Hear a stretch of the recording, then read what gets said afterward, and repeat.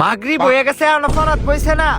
হ্যাঁ আজকে দি ফরতাছে ব্যাপার কি গেডা টুহাইতাছে রাতের বেলা। এই ভাবি তাজা কঙ্কাল কাকা কি খবর? আমনের সেরা কি হচ্ছে জানুন না? কি হচ্ছে জানুন না? আমার চাক্কার মধ্যে চাল মিললে আমার চাক্কা ভাঙ্গা গেছে, জরিফানা দিব কেডা?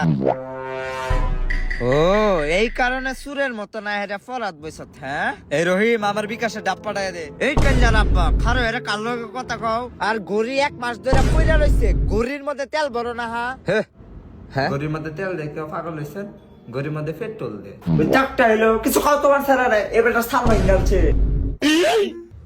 অদেন ধরেন গোলামের পুত বাপের বদদোয়া। তো এভাবেই কাল্লাসারা ফেসে গেল এবং গল্পের মধ্যে হঠাৎ করে একটি টুইস্ট এলো, কারণ বাপমার বদদোয়া একসাথে হওয়ায় সংঘর্ষিত হয়ে বদদোয়াটি উড়ে গেল। এই রে শেফালি হইতাছে বাসুই কেমন আছো?